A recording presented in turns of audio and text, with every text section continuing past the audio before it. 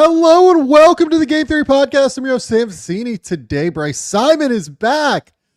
It's been like 2 weeks since you have appeared on the show because my internet did not allow us to record while we were in Las Vegas together. I didn't even see Bryce while we were in Las Vegas together either, by the way. That's how busy both Bryce and I were, which is very funny. Today, we're going to talk about the Lu Dort Zaccharie Risacher trade at the top. Then we're going to get into the Summer League vets. Egor Demin, Will Riley, Cedric Coward, Khaman Maluach, everyone that you want to know about to a degree at least, we will talk about in terms of the vets that played at Summer League. Really excited to break that down. Bryce, it was an amazing sports Sunday. What's going on, man? Yeah, so I realized as I was sitting down, it did seem like a while since we've recorded together, and it kind of has been. We recorded, I think it was 10 days. We went without an episode here on Game Theory. Obviously, UNS put together a couple really good episodes talking about the rookies at Summer League, but it is good to be back. I'm excited to be back.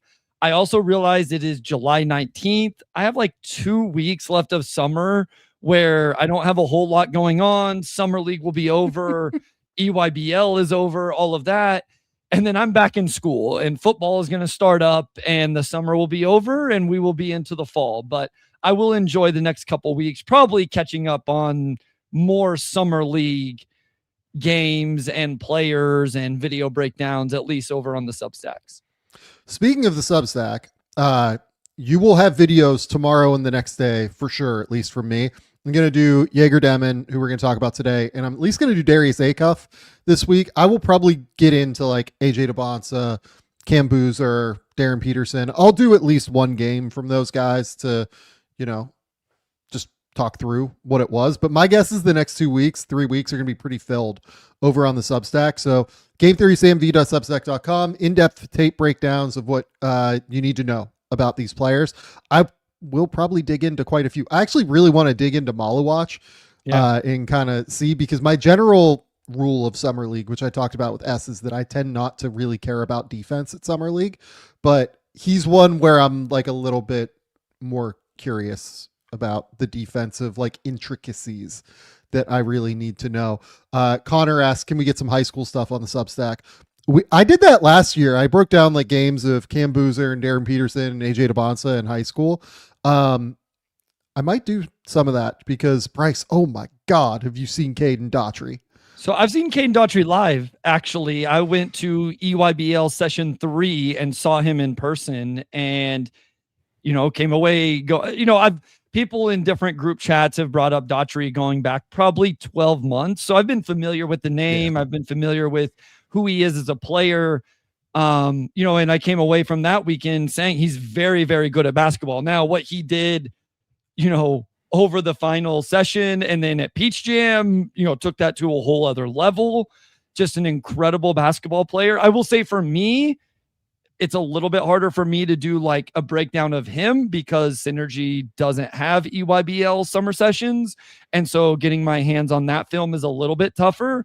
But I actually did I bet Caden Daughtry film breakdown would go crazy right now after the run he just put together. Maybe I will do that. Maybe that'll be a this week thing, is do Caden Daughtry like full scale like breakdown of tape. Because my goodness, that's at Peach Jam, 32 points, 5 rebounds, 6 assists, 3.3 steals per game, shot 59-47, 59% from the field, 47% from three. This guy's the best player in high school basketball. I don't know if he's the best long-term prospect. He is 6 foot tall. It is really hard as you move up the levels when you're that height, right? It's really, really difficult. I don't want to, diminish the task that is ahead of Caden Daughtry. But right now, this guy is like unequivocally the best player in high school basketball. If you were making me put together recruiting rankings of like the best pros, I still might have Beckham Black ahead, right? Beckham Black has a better frame. I think that he's a really, really impressive playmaker and decision maker. I think that dude is such a stud. I am a huge fan of Beckham Black. But man, I don't know. It's getting really difficult to me to make a case for other players. It's getting really, really difficult. in my opinion. Caden Daughtry is an absolute stud, and unequivocally is the best player in high school basketball right now. I don't think that, as of this specific moment, he is the best player. It's just not all that close to me. Okay. Yeah. And you probably watched him in person in Vegas too, right? You went. Yeah, I watched that 2 was or the 3 of his original games. tweet. Yeah. Yeah. It was amazing. That was. I love that happened. By the way, I spent an afternoon. No, I love the EYBL session 4 was in Vegas at the same time of Summer League because. And my impression is that's happening into the future. And it should. I mean, my thing was I went over there for an afternoon, caught a couple games. I did not see Daughtry, but the other thing I thought about was college coaches who were able to go watch their former players playing in Summer League and then also go do their scouting of EYBL session 4. And so to me, it made a ton of sense, continues to put all of, a ton of the, basketball people in the city at the same time. And now you're able to go scout, recruit, analyze whatever you're doing in the space, and you're able to do it for a couple different levels. Yeah, totally agree with you. Okay. Let's get out of the high school ranks, go to the NBA ranks real quick, and talk about a deal that if it has occurred, that will have everyone going crazy because we finally have another move. We finally have another deal. By the way, so there are some things we have to catch up on, right? We will talk about the Gary Trent thing. We'll talk about some other things. Probably once LeBron signs. I'm hopeful that'll be this week. Not based on anything, but I just hope it happens sooner rather than later at the end of the day. We will get through all of that, but this just happened today, so we figured it was worth kind of breaking down here. Okay. So, Persham Shrania. The Oklahoma City Thunder have traded Lu Dort to the Atlanta Hawks in a 3-team deal that sends 3 second-round picks to Oklahoma City. Former number 1 overall pick Zaccharie Risacher to the Dallas Mavericks, and Ryan Nembhard to Atlanta, sources tell ESPN. Those 3 picks, according to Jake Fisher, that Oklahoma City is getting: 2027 Chicago second-round pick. My guess is that's probably a top 40 pick, even with the flipped order of the second round now. 2031 most favorable from Atlanta, plus a most favorable in 2032 from Atlanta. So I think these are actually going to be pretty good picks. The most favorable designation is actually something that when you talk to GMs around the league right now, they're looking at as a real value add in these deals with how uncertain the lottery is going to be. So being able to get the most favorable of multiple picks is a real significant value for a lot of people league wide right now. Just because there's so much more randomness that has been infused into the lottery. A way that you can reduce that randomness is by getting most favorable outcomes, basically. So there's that piece of it. Really, really exciting. I think the biggest part of this is Oklahoma City trading the guy that was the longest tenured player on their roster by, I believe, 6 days ahead of Shai Gilgeous-Alexander. Lu Dort has been a stalwart for 7 years on this team. And it's a huge bummer to me that this CBA has created a circumstance with the second apron and with the luxury tax too, by the way, which is not new to this CBA by any stretch. But essentially Oklahoma City has had to move 3 homegrown-ish, in the case of Isaiah Joe, talents in Aaron Wiggins, Lu Dort, and Isaiah Joe off of their roster in order to reduce their financial footprint and to avoid the second apron.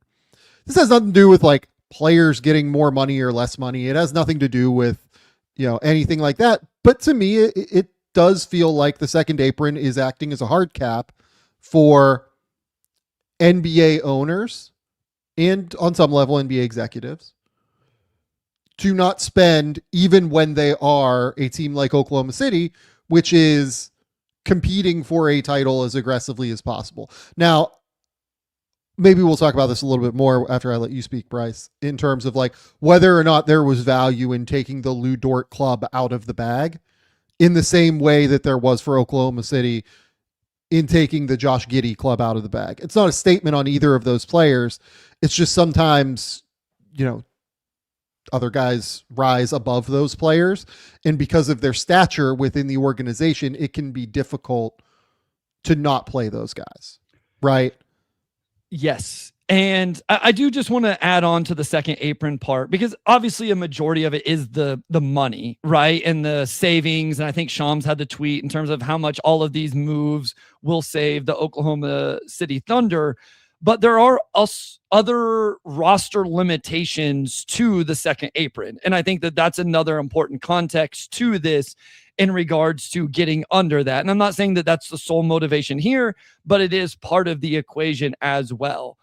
I think my initial reactions, I think actually Atlanta and Dallas are both also interesting. But for Oklahoma City, it was first, they traded all of Lu Dort, Aaron Wiggins, Isaiah Joe, and didn't get a first round pick, which I'm not judging or critiquing, just interesting that they traded seven second round picks. And I think I probably value those second round picks more than most people, because when you think about what they can do in terms of moving you up in the draft, or to your point earlier, I still think a top 35 pick, if you can be strategic with the second rounders you're getting back, can provide value, especially when you're talking about cap space and savings and stuff like that. What's more valuable than a player on a second round contract who is able to be in your rotation in some way? So I do value second round picks. So I don't think, 7 second round picks, they didn't get anything. I think that is valuable. It just, you traded away 3 players that I like, at varying levels, and there wasn't a first round pick or a player or something like that you can say was brought back in return. The other thing, as I look at this Oklahoma City Thunder roster, it's still very good. The starting lineup is awesome. The second unit is still going to be really good.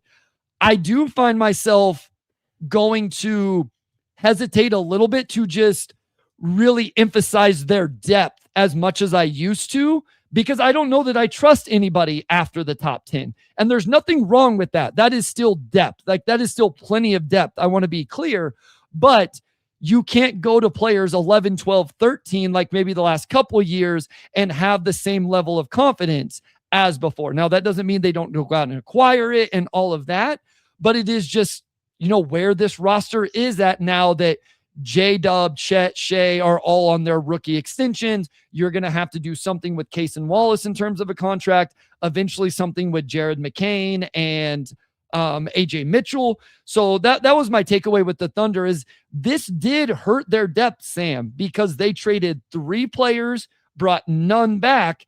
And we don't have to get into this now, but I don't think their rookies are ready to contribute year one. Well, look, I think that you nailed it in terms of this was always going to result with the new CBA in they were going to have to choose between Case and Wallace and Lu Dort. And I think that Case and Wallace is a better player than Lu Dort and will be a better player moving forward than Lu Dort. Was there a number that made sense for everybody where it was like Lu Dort's asking for a $20 million extension versus Case and Wallace is asking for a, $32 million a year extension? I don't know what that's going to look like, right? But I do believe that was always going to have to be between one of the two, right? And I totally buy that they chose Case and Wallace. He's the better player. And if you're trying to contend for a title, I would bet on Case and Wallace being a better player. He was much more valuable in the playoffs than Lu Dort was. And I do, again, like I said at the top here, there is something to the idea of Oklahoma City taking the Lu Dort club out of the bag, because he really was not playable all that often in the playoffs, unfortunately. And if you feel like it was time to move on, you probably picked the right time at the end of the day. Now, I will at least raise this idea really quickly. I think they made the right call here, but I do at least want to bring this up. The other way that they could have gotten under the second apron was you could have removed Kenrich Williams' $7 million team option and not re-signed him. And you could have gotten rid of Topic and then one of Sorber, Sturtz, or Mara, right? that could have been your order of operations and kept Lu Dort for one more year. And, Topic probably would have returned a second round pick or two. One of those other guys, I think that, certainly would have returned real value, especially the first rounders this year, I think would have returned real value. Do you think that from an opportunity cost, like I do, I think they made the right call moving Dort now. Do you think from an opportunity cost perspective that was the right decision? No, I think they made the right decision. I think my biggest takeaway is just that by making what I feel like is the right decision, they also don't have the level of depth that we always just compliment so much over the past few years. Again, it's still like, I think most teams would take their second unit. Like, let's just say Cason Wallace is going to start, right? You still have AJ Mitchell, Jared McCain, Alex Caruso, Kenrich Williams, Jalen Williams, Jay Will. That's still really, really good. And you have young players. Topic, Sorber, Mara, Sturts are all still there. They can fill out the roster with another. They have all sorts of ways. No, I shouldn't say all sorts of ways. They have the ability to go add a rotation player when they feel the need to. So they're in a great spot. I think my takeaway was just, man, they really lost a lot of wing depth, off-ball guard wing depth. I agree with this. With these three players. I'm not saying it's the wrong move. I understand why they did it. I would take Cason Wallace, to your point, over Lu Dort as well. I guess depending on what Wallace's number is going to end up being and all of that. Like, there is a little bit of nuance with what could the return have been for Cason Wallace and what's his contract going to be? What could you have got Dort back on a shorter term deal? But I said this, Sam, at the end of the season. We thought Cason Wallace as an all defensive player all season long. We very rarely brought up Lu Dort. You know what I mean? And so, like, I thought Cason was better than Lu Dort this year. Agreed. Like, pretty clearly. And I think Cason is a better offensively and has more upside offensively in terms of what he potentially could do on the ball and all of those things. So I think they made the right decision. It's just interesting to look at the depth chart now and the roster for the Thunder and be like, man, don't have the wings, don't have the depth that, we're accustomed to. And I just find that interesting. Well, my immediate reaction to this was this deal puts an immense amount of pressure on Jalen Williams. Yes. Santa Clara, Jalen Williams, J-Dub. Yes. He now needs to stay healthy for them to have the same level of lineup flexibility and matchup versatility in the playoffs that they had previously had, right? And I guess you can look at all these guys and be like, okay, Isaiah Joe and Aaron Wiggins weren't always real playoff contributors. Totally get that. It was a club that they could pull out of the bag and use at times. Sometimes it wasn't. Dort was a guy that ate up minutes for them in the playoffs, right? And to lose him for nothing is putting a lot of pressure on J-Dub from a lineup and matchup perspective. Yep. To where he is now if he's not healthy, it actually becomes somewhat difficult for them, I think. Well, I think they become, real quick, to that point, don't you think they can get really small on the perimeter if J-Dub is not available? Because you're not going to start Caruso. And I realize, Caruso, we all know, he's not going to play the regular season minutes. He's going to be there in the playoffs. He's going to be incredible. I get it. But if J-Dub's not there, you're starting Shea, AJ, and Cason. That's a very talented group, but all of a sudden you are pretty small. And that's my only thing is there's just not, you said it, there's not quite as much lineup versatility if you were to be without J-Dub, or if you happen to even be without Caruso for the non-J-Dub minutes. Dort at least gave you that because of his strength. He could scale up and down the lineup a little bit defensively and take some matchups. I think Wiggins had a little bit of that as well. And so not having either of those players, I do think, and specifically Dort, does change that for your lineup versatility just a little bit. Yep. Final question for you on Oklahoma City before we move on to the other two teams. I'm assuming that Cason Wallace just enters the starting lineup for Lu Dort. We're certain it's not AJ Mitchell, right? And that Cason comes off the bench. I am not certain of that. It's funny, as I was working, when was this? I must have been on a walk after it happened. I played this out in my head. And I initially just went Kaysen, but I mean, AJ's good enough. There's an argument, is there not? I mean, I think AJ Mitchell is better than Kaysen Wallace. Like, I'll just say that. Now, I think that bringing AJ as your second unit offensive creator off the bench probably makes more sense to me, in my opinion, than Kaysen coming off of the bench in that respect. But if you're going to run like they often have J-Dub and Chet lineups against like second units, right? There's probably a case where, okay, you let J-Dub run the show with the second unit, and then you have Kaysen out there with him. It'll just be an interesting kind of push-pull, I think, there. I would bet, by the way, both of those players in contract years this year. Yes. Yeah. That's what we've talked about. Like a lot of interesting decisions, big decisions moving forward for the Thunder, not necessarily bad things, but not easy decisions. I would bet Kaysen Wallace. That would be what I would guess happens. I do think that you can make a real argument for it to be AJ Mitchell. Like, I think you could have we could go back and forth and have a 15-minute legitimate conversation between the two and, it'd be fair.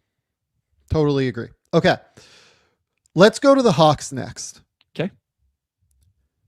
This is essentially Lu Dort and 2 second-round picks for,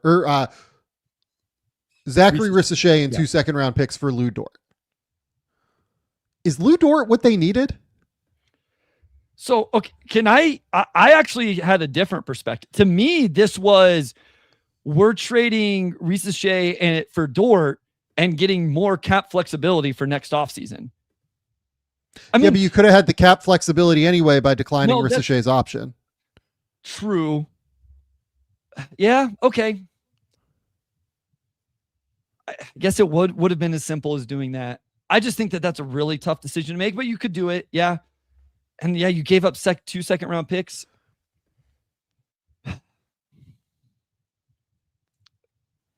I kind of liked it because I was like, man, this really gives them that flexibility, but that's true. They could have got the cap flexibility anyway without giving up the second-round picks. So I can't give them any value in that. I think what this says to me more than anything is that Risacher's value league-wide was essentially in the toilet. Well, I agree with that. I went on a Hawks podcast, and as we talked through it, I realized because his number is bigger than the non-tax MLE next year. And you have to decide. It's like 17. 17. And you have to decide on that before you see him play basketball again. Like, that's the other tough part with that in regards. So I guess that would be my argument for the Hawks. Okay, yeah, you could decline that option. And then what if he goes out and balls out this year and then you look ridiculous because you declined the number 1 picks option? And, so like there is a little bit of nuance. Your point still stands because it could look really bad if he goes to Dallas and balls out and you traded him in this scenario. But I kind of like what they can do here along with the flexibility they have. And I don't think they would have got a lot of value for Risacher because of what those contract numbers are. Yeah, I think that's right. I think that Risacher just had like no value league-wide at the end of the day. Look, it gives them a stifling perimeter defense. Like, that is undeniable now with Lu Dort, Dyson Daniels, Nickeil Alexander-Walker, who was good this year, like wasn't truly elite this year on defense, I thought. I thought he was amazing when he was with Minnesota. I thought he was a good defender this year. With Atlanta, I wouldn't say he was like quite at the same level as he took on more offensive responsibility, which is totally fair. I would agree. They also went out and got Devin Carter. We'll see if Devin Carter ends up on this roster. That would be very fun. And then Zuby Ejiofor is a guy that can give you some versatility, some flexibility, who looked ready to play in Summer League. Like, it wouldn't surprise me if he can play 10, 12 minutes a night in the NBA early on in his career. But I think they're building like a defensive identity with floor spacing and a whole lot of positional versatility and flexibility. I like the idea of them just being able to kind of switch everything now. Like, you could put out certain lineups where you avoid switches with CJ McCollum maybe, but outside of that, you can kind of switch everything a little bit. I also find it interesting that they prioritize Ryan Nembhard. I wonder if that was just like kind of a, hey, it's like a good player who's like definitely an NBA player on a cheap contract. Might as well bring him in this deal. I wouldn't say he's valueless by any stretch of the imagination. He does only have 1 year before becoming an unrestricted free agent. Or is he restricted or unrestricted? No, he's unrestricted. They're both unrestricted. I know it says unrestricted on the spot track thing. He might be a restricted free agent off the top of my head. I'll have to think about that a little bit more. Because it's 3. He doesn't have 3 years of service yet. But Nembhard's a really good, third point guard at the very least, if not a true backup point guard. So I just wonder if they look at this and they go, hey, this is a better deal than what we were getting from Risacher. We're getting, Lu Dort, who's a better player right now than Risacher, and we're getting Nembhard, who frankly might be better than Risacher. Like there was a case for that last year at the very least. Why not just take the flyer and see where it goes? I'm also interested to see where they end up with this roster. If I counting correctly, I think they have 17 rostered players, which is obviously fine in the offseason. I realize that. But, where do they end up going? Do they end up making another move? You look up and down, and it's a lot of really interesting names. Corey Kispert's on this roster. Buddy Hield, not what he was, 4 or 5 years ago. He's on this roster. Aaron Wiggins, as we talked about the Oklahoma City Thunder. So I'm just, is there another move? Can they, are they able to trade one of these players for, a couple second rounders back? What do they do to get to 15 eventually? But I do like the defensive infrastructure. You have Lu Dort, Dyson Daniels, very different perimeter defenders. That's what I like about that combination.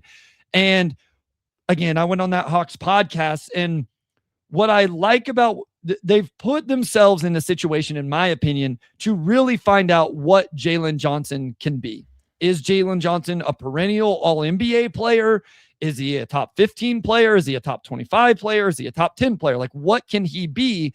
Because then that tells you what the next move needs to be for the Atlanta Hawks. What does Kingston Flemings look like this year? Is he just a really solid point guard that, can run your team and, all of that? Or is he a star? And those answers, and I don't know that you will fully have them by the end of the year, but those answers then allow you to figure out, okay, do we need to go get a number 1, or is Jalen Johnson the number 1? And then we just go get a number 2. So I still like the situation they're in. The more I've thought about it and like listening, I think Dort is better than Risacher for this year. But in general, it didn't open up as much as what I thought whenever the trade initially happened. Like they could have got the cap space by just declining Risacher's option. They put the 2 second rounders is fine value here. But I still do like this team. Like I like this roster and where it's at. I mean, I think the biggest thing that I see here is that they maintain the ability in season to go make a massive deal. 1,000% if they want to.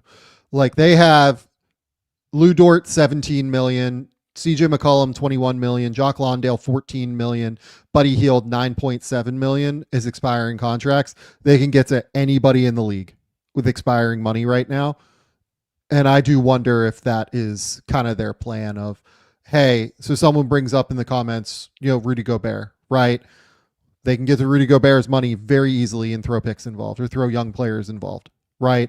They can go throw any amount of money to go get a team flexibility in this cap environment. And they have all their picks moving forward to be able to go trade for somebody if they want to. So I think that more than anything, to your point on the flexibility, I do think that what this deal does is it still maintains their flexibility moving forward to be able to go make a big swing of a deal. Yeah. And I think they're going to be a good team in the East still. I know we'll do this later on, but you have CJ McCollum, who was very good for them. You have Jalen Johnson, who's, an all NBA level player. And then you have all of these defenders. Can Nickeil Alexander-Walker do again offensively what he did last year? Does Onyeka Okongwu have another step forward? Can Dyson Daniels find a 3-point jumper and be able to space just a little bit? What does Aaron Wiggins look like in potentially a bigger role, or does he get a bigger role? I mean, there's just a lot of really interesting players on the roster. So I think it's going to be a good team, along with the expiring money, the young players, draft picks, all of those things. I just think they've done an incredible job, and they put themselves in a really nice position, and then they can go out and acquire what they need to acquire when they have all of the data they feel like they need. I think that's dead on. The other thing that I'll note is that they have the ability to go be like 40-ish million under the cap next year again, if they want to. Like they came into the summer without opportunity. They decided to stay over the cap. They can play it the same way next summer again, where if they want to go under the cap to go get somebody, they can play that game. If they want to go over and stay over, they can play that game too. So overall, just like a really flexible team here, still moving forward in the Eastern Conference as they continue to accumulate talent like Jalen Johnson, like Kingston Flemings, obviously like Nickeil Alexander-Walker, Dyson Daniels, everybody they have on that team. So next up here is Dallas. Dallas is essentially trading a second round pick and Ryan Nembhard for Zaccharie Risacher. I don't mind this bet. I think this is a completely reasonable, rational bet. I will say I did not think Risacher was very good last year. And it was a disappointing sophomore slump compared to what I thought was like a pretty encouraging rookie season for how skinny he was. He very clearly knows how to move without the ball. He very clearly is a good cutter. He's very clearly a smart basketball player. He knows where he's supposed to be on defense. Like all of those things, very real, very valid and important as you go through everything. I do wonder a little bit about how effective he can be while he's so skinny and while the shot just remains such a roller coaster. I mean, look, we talked about it during his pre-draft year, right? This is the thing that we mentioned was he was amazing to start the year as a shooter in France for Borg. He was terrible as a shooter for like 2 months. And then he was amazing to finish the season at the end, right? So I think that he got drafted at number 1 basically off of that hot shooting stretch at the end of his season. If I'm being honest, I think that's what happened. I think Atlanta got tricked on that. And I think I had Risacher 5 or 6 on my board. Like I didn't think he was worth the number 1 pick. I didn't think that made sense. But you can squint and see a world where, okay, this guy has made in total 36% of his threes in his NBA career. It's just the problem is that when he's not shooting and when he goes through these prolonged slumps, he is just proven to be kind of unplayable so far because teams just don't have to guard him. So how do you balance that given the fact that he is still just 21 years old? I wonder if like getting rid of the weight of expectations of being the number 1 overall pick for Atlanta might help a little bit. I also wonder, like Dallas has to now make the decision on this crazy big option. I would imagine they're probably going to pick it up. It's 17 million, if only because if you're Dallas, I get what you're looking at here. You're saying, okay, this is a guy that I'm sure that Mike Schmidt's like pre-draft. I don't know that. That's a guess. But like, given how positive John Gavoni was publicly about Risacher, I'm going to guess that Mike probably had an affinity on some level. They, knowing them both separately, like it's not always 1-to-1 that they would agree on players for sure. But I would at least venture a guess that there's probably an affinity there for Risacher on some level. And if you're Dallas, you don't have access now to your picks moving forward from 2027 to 2030, your own picks, that is. You do have other picks that are just not yours. You could be looking at Risacher and going, hey, like, let's take this swing.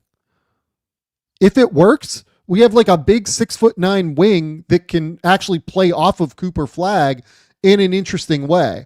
I do get what they're looking at here with Risacher at the very least.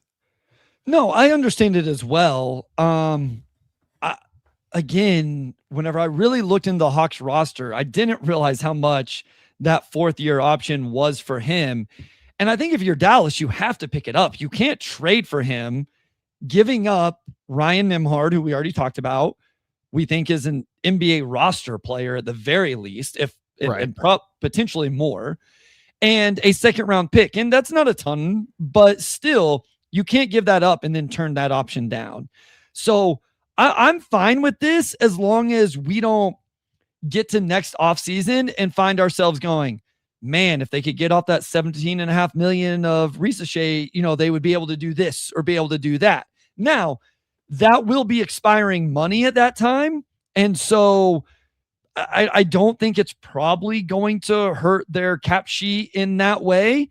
And so I understand the idea of, hey, let's bring in a very talented player, a player that's shown an ability to play in this league through his first 2 years and see what he can do. I'm glad you brought up the kind of, hey, you're no longer playing for the team that drafted you number 1 and the pressure that could potentially come with that. You are now playing with Cooper Flag in Dallas, though. And so there are still going to be plenty of eyes on him and seeing how things play out. And this is just a roster that I can't wait to see the lineups they put on the court. Like, I found myself immediately going, are they just going to play him at the 2? Is like, to me, that's where he's going to play here for them.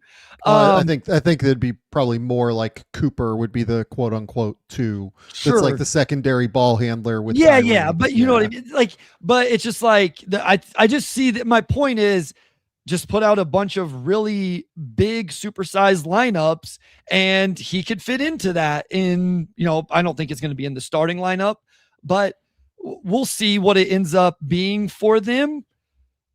Again, I understand the idea of bringing in a talent like this, giving it a year, seeing what it's like, but that is a big number. Like, that is not a number that you can just like forget about in terms of that 17.5. Well, Bryce, like, here's the other thing here too, right?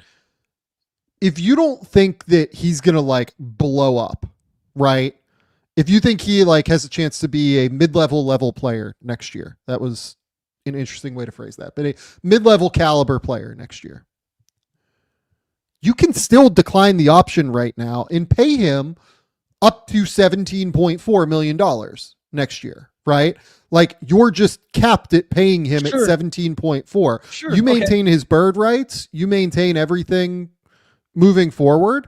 So as long as you don't think he's going to become like a star, which I don't think he's going to become a star, and as long as you think he's not going to get more than the mid-level, you actually can like somewhat safely decline this option, maintain his bird rights, and then give him like a longer term deal in the summer. That's a good point. Cause I guess I had envisioned the Jake LaRavia scenario, right? And the difference for him was his 4th-year number was so low that it ended up being the Kings, but the Kings weren't able to get to the number because it had been declined by the Grizzlies and all of that.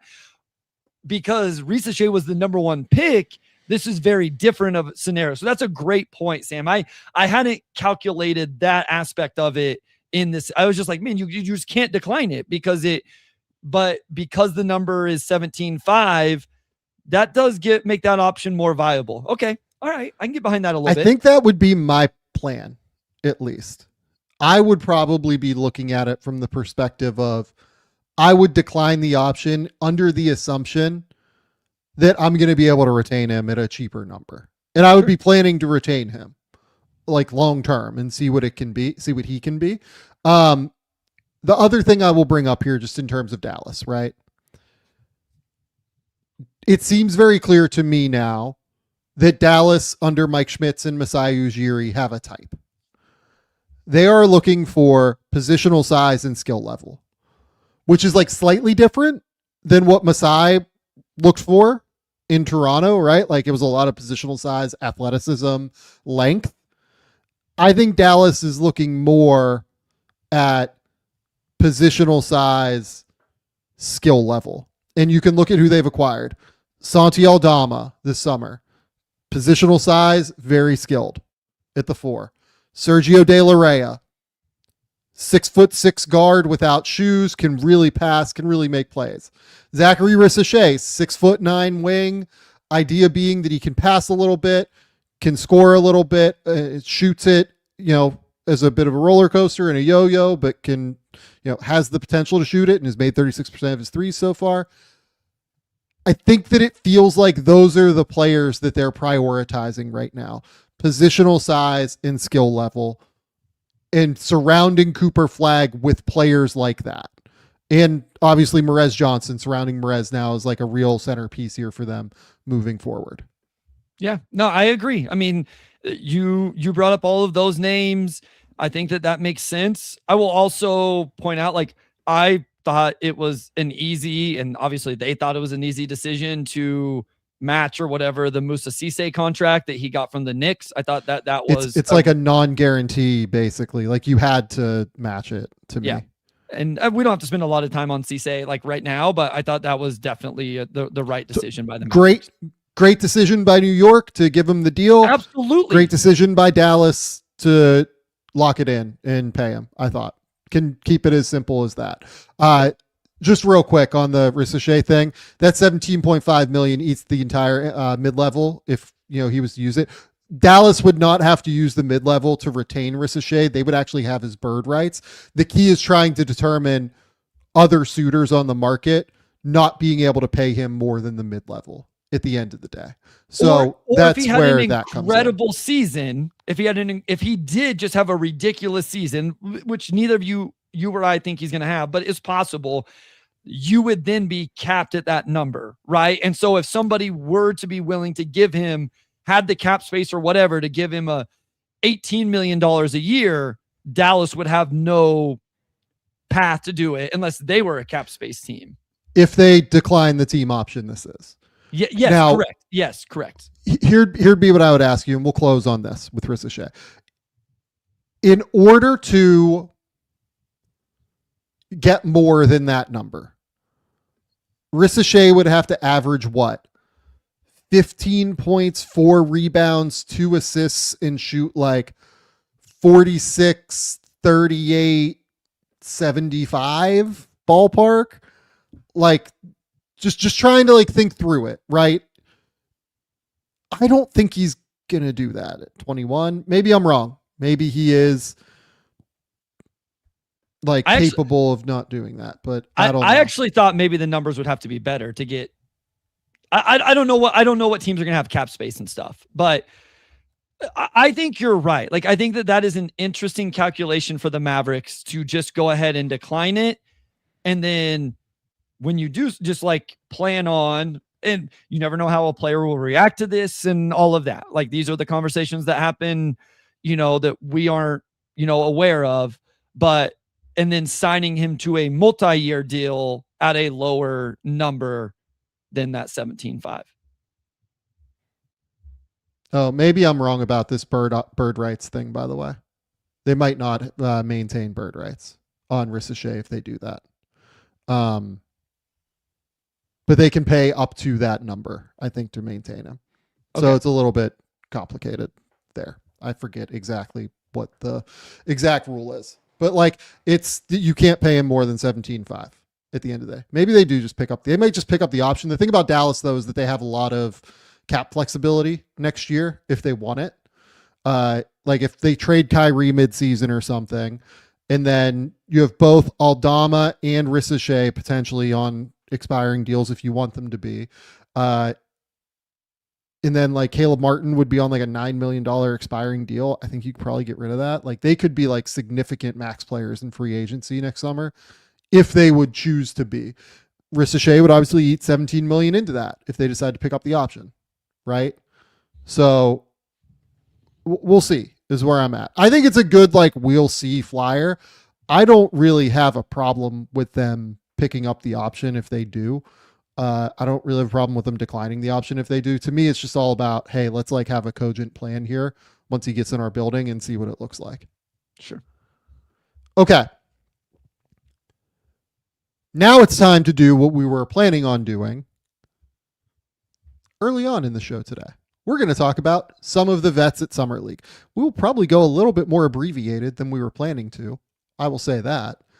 But there are a group of players that I'm excited to talk about, Bryce. Like, I'm really thrilled to talk about Egor Demin. I'm thrilled to talk about Khaman Maluach. I'm really thrilled to talk about the Wizards guys, Will Riley and Trey Johnson. I'm intrigued to see where you sit on all of these guys. And I guess that I want to start with Egor. Yep. Because I thought Egor was probably the guy who impressed me most at Summer League among the returners, going from where he was at the end of last season prior to his injury to where he is seemingly now, where he just immediately from the first game looked way too good for Summer League to me. The patience, the poise, the confidence that he displayed on the court offensively, I thought was literally like exactly what the Brooklyn Nets probably hoped to envision when they drafted him 8th overall last year. I mean, I think what stands out to me is he didn't even shoot it well from 3 throughout his 5 total games. He did take 9 attempts, but only shot 29%. And I still thought he was the most impressive non-rookie, or the player that stood out to me the most. And these are straight from my notes. Like, this isn't because this is who we're leading off with. I thought he just looked like an NBA player, the way he moved around the court smoothly and confidently. I had the exact same thought in a couple different games I watched. I thought he was trying to play with more physicality. I thought he was trying to do a lot of the things that he needs to do to be successful as a non-primary creator. So I mentioned the physicality, point of attack defense, offensive rebounding, those different type of things. They used him as a ball screen short roll player. I think that would be really interesting. Yeah. Even the 3-point attempt off the dribble that he missed, I thought looked very fluid. And then he had some really good defensive possessions, off-ball defensive awareness, ball screen navigation where he had hand activity, got a deflection, just all of those little nuances, quote unquote, little things, whatever you want to call them. I felt like he was doing those things consistently. And it just really stood out in a very positive way while averaging almost 22 points a game and almost 4 assists. And he didn't even shoot it that well from the 3-point line. So I was very impressed with his Summer League performance. Totally agree with you. Given the fact that he shot 29% from 3, that he was this effective, I think speaks volumes about where this is going with Egor. I don't know that he's going to be a star by any stretch, but I do feel quite confident he's going to be a starter at this point. And that's not something that I felt even great about. Like, I wouldn't say I didn't feel great about it. Like, I wasn't sure if he would be a starter by the end of the regular season, but his frame just looks so much better right now, frankly. It looks so much like broader is maybe the way to put it. Like, he just feels like he's filled out his shoulders. He's filled out like his torso. He looks way more physically capable of dealing. Like, instead of being bullied on the NBA court as a rookie, it felt like to me, he was oftentimes the player that was too big for the guys at Summer League, which, you know, it's Summer League. It's not like it's the biggest competition in the world, but it's not like the, frames and everything at Summer League are drastically different. They're different, but they're not like it's a very physical game. I mean, that is one. Correct. I'm not trying, like, fans can sit as close as what I said. So I'm not trying to be like, oh, I got a media credential, I got to sit close. But that is one cool thing about Summer League, especially in the pavilion.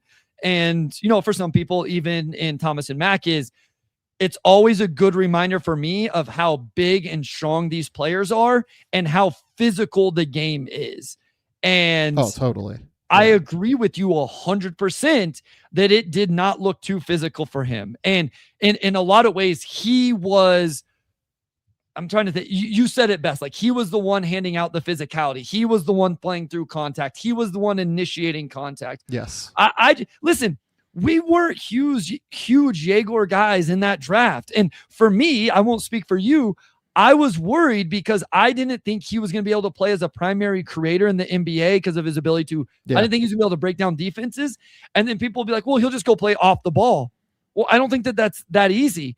And that's what I loved about Summer League was he showed a lot of those things that I think to be a secondary creator, you have to be doing. be better defensively, go offensive rebounds. I know the numbers don't pop, but I see him going in the process of going. And so he is developing the things he needs to do to be that secondary creator and really succeed. And if he does it, I'll hold my hand up and I will be extremely happy for him and the Brooklyn Nets. That's where I'm at too. Like, I think it looks like a hit at number 8, to be honest. Like, we'll see if it ends up being that way. This obviously was a very strong draft. They could have taken Carlo Murray Boyles like one pick after. They could have taken other guys, but I think Egor looked awesome at Summer League to me. Like, I was really enthusiastic about the way that he played. I will say, like, even just mechanically on the shot, it still feels very like he's leaning toward the rim. And like, it doesn't feel as balanced as what I want it to be for a player who is going to have to derive a lot of his value as a shooter, right? And as hey, I get a kick out, I'm going to knock down a shot, or I'm going to attack the closeout and take advantage of my passing and playmaking ability, right? The passing, the vision, all that stuff, that's always going to be there. I'm not in any way worried about that with Egor. It is the ability, though, like you said. I don't think he's a primary. Doesn't have to be now that they drafted Michael Brown, right? But I don't think he's going to be a primary. He's going to be playing off the catch a little bit more consistently, or playing out in transition, out on the break, taking advantage of advantages that are created for him in those ways. He's going to be able to make passing reads in those situations, I think, pretty easily. It is, though, that to be the best version of that player, he does have to knock down shots. Mm-hmm. And, he shot, I think it was 33% from 3 this past year. Am I wrong about that? No, it was 38. He shot 38 from 3 is what on it was. Volume. Yeah, it was better than even what I thought. It was, the 2-point percentage is what, I mean. Was lower, yeah. I don't 43 from 2-point. I conflated the two numbers in my head. And he didn't take very many 2-point attempts. I mean, he only took 2.4 total 2-point attempts per game. But looks way more physically capable of driving into the lane now and absorbing that contact, taking those bumps, and hopefully upping that volume of 2-point shots that he takes per game, I think. Yep. I'm quite enthusiastic about Egor. And remember, at the beginning of the year last year, I was like, oh my God, this guy's a top 5 pick. This is going to be amazing. And then as the games continued, he dealt with the injury as well. But, as he played in Big 12 play, I was like, oh, this doesn't quite work in the same way as what I wanted it to. But then, it certainly with Brooklyn, he started to knock down shots. And if he's going to shoot it, he's definitely a really valuable NBA player. It's really going to come down to, is he a 38% 3-point shooter? If he's a 38% 3-point shooter, I think he probably is, if you made me bet. Just from an overall touch perspective, right? I think he's probably that long term. He's going to be really good. I'm very enthusiastic about Egor right now. And did you have any thoughts on Michael Brown? It was kind of what I expected from Michael Brown. That you saw the talent. You saw some of the decision making. I remember setting wherever in Thomas and Mack and watching him throw one into the first row, which is something we talked about. But then you saw some high level reads and decisions. You saw the ability to really elevate on the, pull up jumper. I liked the compete level on the defensive end. It was mostly what I thought for Michael. It was mostly what I thought. I think that my question remains, how does he score from 15 feet and in? If you made me pinpoint why I'm a little bit worried, how does he score from the foul line and in? A lot of his game is so perimeter oriented, and it felt quite perimeter oriented at Summer League, and transition oriented as well. In half court settings, I'm still trying to determine how that's going to get done, but looked, as exciting and as, creative certainly as what we would have expected. And I think as what Brooklyn likely wanted. The other thing I will say is I think he got better throughout the course of Summer League too. Part of me wants to throw away that Knicks game where he had 20 points, because that Knicks Summer League team is one of the worst teams I've ever seen assembled on a professional basketball court. But even still, like I thought he got better from the first game against the Golden State team in California to like the Kings game in the third game. He obviously shot terribly in the final game that he played, but like you go and you watch that Kings game, and I thought he was actually like within himself, threw like a couple of wild ones, but like within himself, played well, understood where he was supposed to be.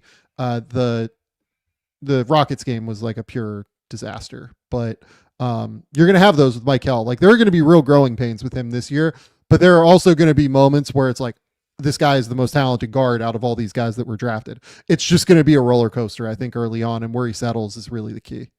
I will say I like the way they utilize him, like how he got a lot of his usage, which is starting off ball to on ball reps. And I think that that's what he'll get with Brooklyn during the regular season.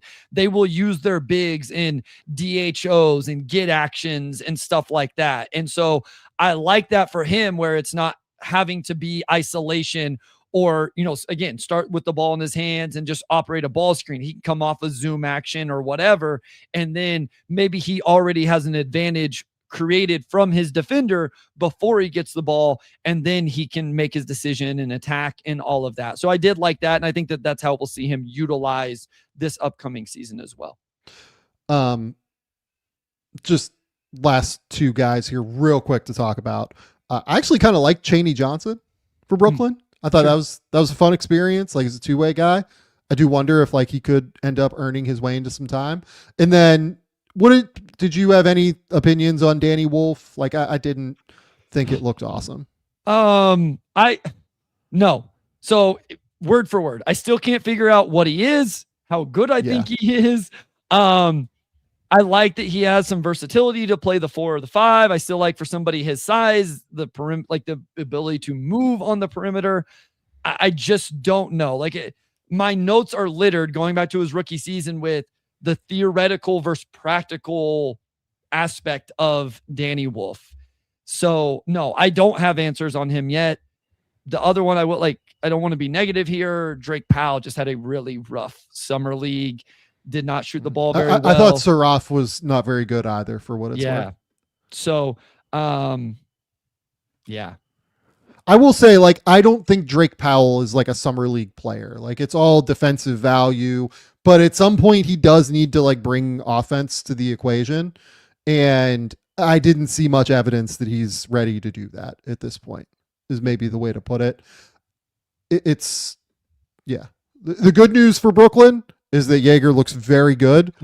He's at least going to be a starter, I think. And look, if I was a Nets fan, like if you made me squint and go, oh man, like his frame really fills out, like you can go crazy and think that there's like less physical Denny Avdia there, because like what Denny has become is just, I think, out of the equation for Egor in terms of force, power, driving downhill consistently to the rim. Right. That's just like kind of a different ball game than what I think Egor's going to be.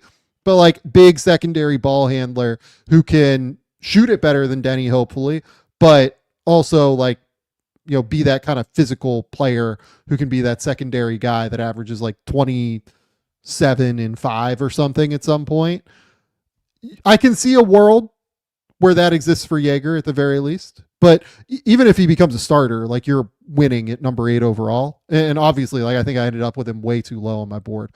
His ability to like transition to that off ball role, I think looks like it's going to really make him a high level player long term. Yeah. Okay. I'll give you the floor here. Is there a team that you want to talk about next? I actually let's do the Wizards, guys. I think that's probably the next place. I mean, I know there's two in particular. I want to get your thoughts on Jameer Watkins a little bit as well, but I think it probably starts with Trey Johnson and his ability to just put the ball in the basket, which was extremely impressive. And the step back 3-pointers. He had a mid-range, he stampede, and then able to stop and elevate. Has a little side back lean that allows him to get even more separation than what he needs. Or I guess he didn't need it on that one. In the second half, he did need it. I just thought he really showed the all-around ability to go score And I feel like in that game, it was kind of at all three levels.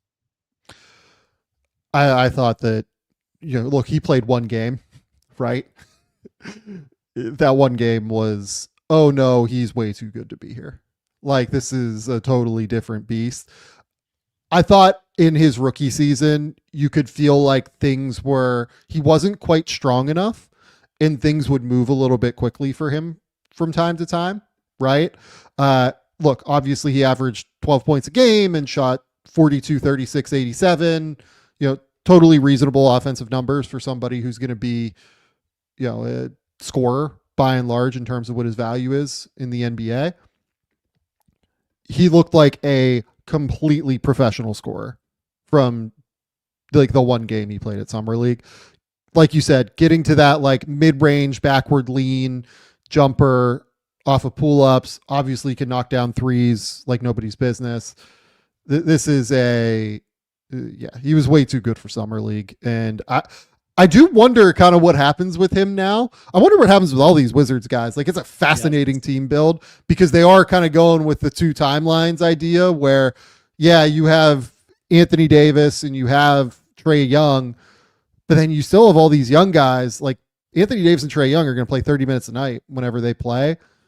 But then you have Alex Sarr and you have certainly Trey Johnson. Obviously, you just drafted AJ DeBonsa. We're going to talk about Will Riley here. Keyshawn George is still a really valuable player for them.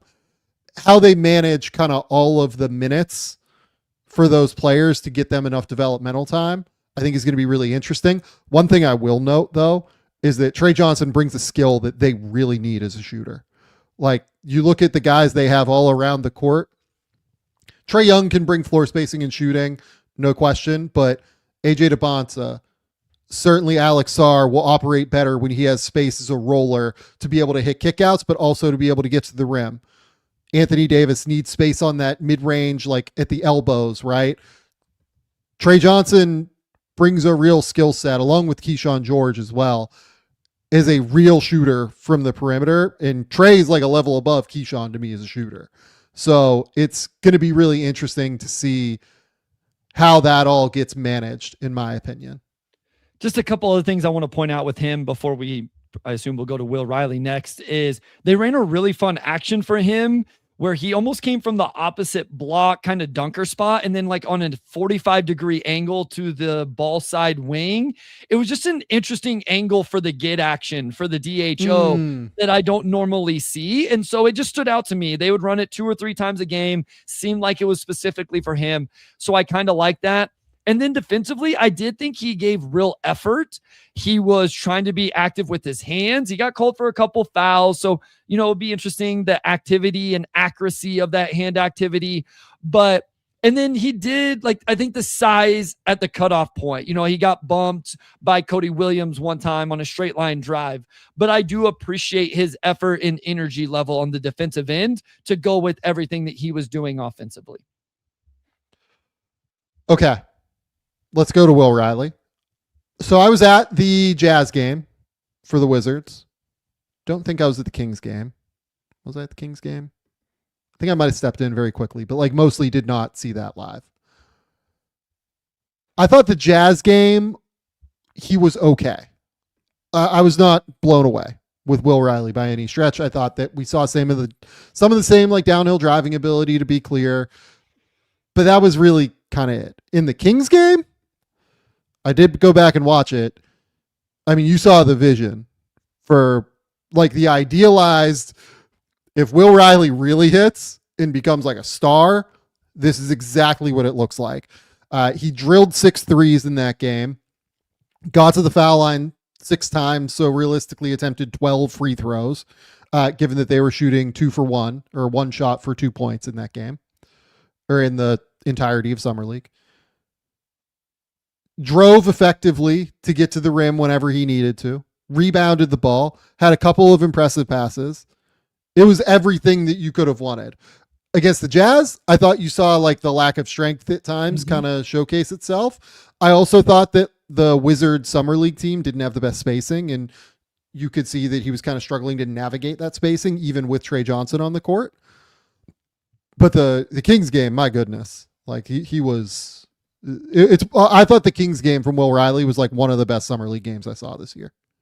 Yeah. So like in that game, speaking to the strength or whatever, Maxime Renault was a center, but was able to just essentially back him down from the 3-point line to the block. And, a lot of players will get moved by a center. I understand that, but it just kind of reminded me like, hey, strength is still a thing for him at the cutoff point defensively, as well as holding his line offensively. But I love his scoring and his passing. He had some nice drive and hook passes. I really like the 2 feet pickups, like the footwork he showed playing off 2 whenever he would get to the mid range, and then he would be able to score from that, or even, another dump off pass in one of those situations as well. And then I liked his defensive activity on and off the ball. I felt like he really understood off ball defense, rotations, those type of things. Again, he will give up some drives, but I really like Will Riley. We talked a lot about him down the stretch of last season and kind of how impressed we were with his rookie year. I would say probably the back half more so, but a really impressive rookie season. And to your point a little bit ago, how they organize lineups and usage and play types and all of that for this team is going to be a lot of fun to track, because there's a lot of guys that are very talented, and I'm interested to see how they utilize them, if they can get them all in roles that are best for them and help them continue to grow. It's just so many big wings, right? And it's AJ, it's Bilal Coulibaly, it's Will Riley, certainly it's Keyshawn George, right? Like you said, you want to talk about Jameer Watkins. Like Jameer Watkins could have a role defensively at times on this team. And that's before we even get to Justin Champagnie, who to me still like, if I'm the Wizards right now, given that he has 1 year before, or no, he has a non-guaranteed team option, I guess, to next year. I think I'm still probably moving. I love Champagnie. I think he's a totally valuable player for the Wizards. I completely understand why they would want to keep him. But I don't know. Like they just have a lot of bodies there, man, that it's going to be hard to keep everybody happy, I think, in terms of playing time. And like Cam Whitmore, I mean, like I would imagine Cam Whitmore is like, they're just envisioning him as not really being anything for them right now. But yeah, I'm interested to see how they handle the wing rotation, because all of Debonsa, Coulibaly, Trey Johnson, Will Riley, Keyshawn George, Justin Champagnie, like that's 6 guys who should realistically expect to play, on top of Anthony Davis and DeAndre Ayton and Alex Sarr probably playing, let's call it 55 to 60 minutes at the 4 and the 5 this year, probably 60 minutes at the 4 and 5 this year. Plus, Bub Carrington is probably going to get backup point guard minutes too, behind Trey Young. There's just not a crazy amount of minutes out there for like 6 guys that really need to play, in my opinion. Yeah. No, so, I mean, it's good problems to have. Like if I was a Wizards fan, like I'd be ecstatic that these are like good problems to have. Oh my God, we're too talented. What's going on here? But like the thing is though too, Dirty Dancer says like my Coulibaly faith is wavering. He's their defensive stopper. They kind of need him out there too. Like he is a monster on the defensive end, and he's a really useful player. If he starts, like that won't blow my mind. Feel like he probably won't. I feel like it'll probably be, Trey Young, AJ Debonsa, Keyshawn George, Anthony Davis, Alex Sarr, if you made me guess. And then you bring Trey Johnson, Will Riley, Bub Carrington, Champagnie, Coulibaly off the bench. Ayton. And then Ayton's your backup 5. Like that's 11 guys. And that's without giving Chris Middleton any minutes, who just re-signed there as like the vet. It's going to be really interesting to see how the minutes shake out, I guess is my point. Yeah, I agree. Real quick, just on Jameer Watkins. I just really, I was also, I think Koulibaly has it's like second team, all defense level potential. Like, I don't know Totally if he agree gets with you. there, he's going to have to be better offensively so he can stay on the court and play enough minutes and all of that. But I think that's the type of defender he could be. I just really appreciate the way Jamir Watkins goes about playing defense. And we talked about it during last regular season. Listen, he almost fouled out of the summer league game guarding Darren Peterson. I get it. I just appreciate that he took the matchup and that he was as physical as he was and trying to fight over every screen and all of that stuff. If he ever really figures out the offense, I think that is an NBA rotation player. I don't know if he will or he won't. And to your point, we can't even get him in the top 11 or 12 right now in Washington. So I have no idea what it looks like for him this year. I just know every time I watch him play, the defense shows up to me. Last thing I will say here. I'm kind of intrigued to watch the Capital City Go-Go this coming year, assuming that their defensive backcourt is going to be Reese Beekman and Seth Trimble. Yeah. That is an incredibly freaking fun defensive backcourt, Bryce. Like, it is. Those two are going to make life absolutely miserable, especially if like Jamir Watkins has to like go play some G League to get minutes. Good luck. And then like Okpara's probably going to be down there playing minutes. Like, that team might be a mess to score on next year. Like, they might be an absolute like incredible like juggernaut defensively at the G League level. Shout out Reese Beekman, a player that you and I discussed from a NBA draft scouting perspective, the very first phone conversation we ever had. I think that's a good point. I remember that. Beekman and Podziemski were the two big names the very first time we ever talked on the phone. Yeah. Okay. Let's go to the Phoenix Suns. I thought that Khaman Maluach was the pretty big takeaway here. Yep. Do you agree with me on that? I have a whole bunch of notes. Yeah. And look, again, I tend not to like dig wildly deep into the defense on Summer League because there's just no scheme. Oftentimes there's scheme, but like it's not structured scheme. It's, hey, we're going to play this like base level defense and just let it rock, guys. Right. But the leap that I thought that Maluach took offensively at Summer League, I thought was really impressive. He ends up averaging 19.5 points, 13 rebounds, 1.2 steals, 2 blocks, shoots 53, 40, 70 across the board. I thought that, particularly the game I watched was the Pistons game. And look, he just like completely dominated the interior of that game.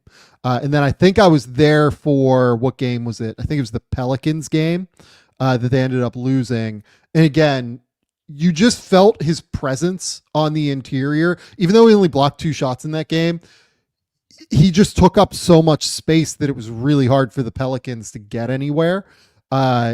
He drilled 2 threes in that game. He drilled drilled multiple threes in 3 of the 4 Summer League games. So like, hopefully we're starting to actualize on that a little bit as well. Look, a big jump for him this year would be, can he maintain 17 minutes a game on the court as their backup center? If he's able to do that, it's a huge win for the Suns, in my opinion. And I think that he looked like somebody that we'll see where it goes as he plays in a real defensive scheme and structure in Phoenix. But given what Jordan Knott showed defensively this year as a coach from a teaching and scheme structure perspective, I think I have a lot of confidence in Maluach being able to eat up that backup center role. What I saw makes me feel like he's at least going to get the opportunity, and I have more confidence that he can fill that role. That is a fun center rotation to keep track of between Mark Williams, Oso Ighodaro, and now Maluach as well. I had some of the same notes in terms of his just presence standing out on both ends. And I know we don't want to get too much into the defense. I agree with you, but you did see, I always bring up Rudy Gobert, and I want to be very clear. I'm not saying he's Rudy Gobert, but we always bring up Gobert, now Wembanyama, in terms of altering shot attempts, altering decisions, in terms of even taking the shot attempts. And I thought he had some of that. Now, again, it's summer league. I get it. I understand, but that's just, the size that you're dealing with him on the defensive end. I think where I really wanted to watch him was offensively. And you mentioned the 3-point shooting. He shot 40% on 5 attempts. I even think the free throw form looked good. He was almost 70% on just under 5 attempts, which to your point earlier means he got to the free throw line quite a bit. I still have some worries about some of the ability to catch in traffic and then finish. Yeah. But he showed some really good ones. It was a little bit up and down, but there was some really good ones mixed in for sure. And then I also thought he just kind of played faster. He had one where he caught the ball right into a get action, right into a roll, catch, and fouled. He had a short roll where he caught the ball. I think he put it on the deck for one dribble, goes to the left hand for a little hook shot, and right over the contest from Ugana Onyenso. And so those were the possessions that really stood out to me, even more than the catch and shoot threes, right? If he does that, he's a real, at least backup big. If you can protect the rim and have the size that he does and you're able to stretch the floor, that's real value in the NBA. If he does that, and he can catch at the top, dribble into a DHO, short roll out, make the kick to the weak side, or catch, put it on the deck for one dribble and make a little hook shot. That's a starting level big, Sam, because now you're mixing in, the quote unquote true big guy things along with the floor spacing and rim protection.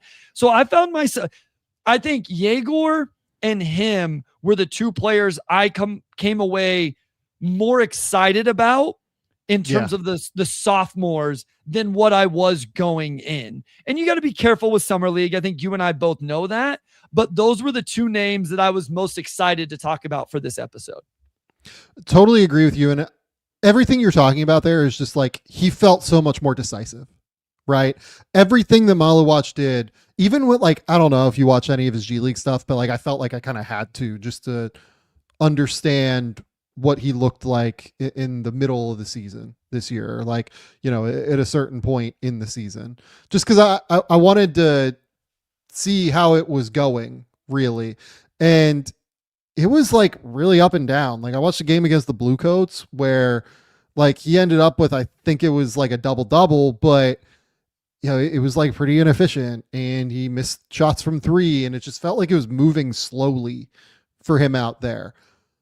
This felt so much quicker and felt so much more decisive and felt, okay, I know what I'm doing now.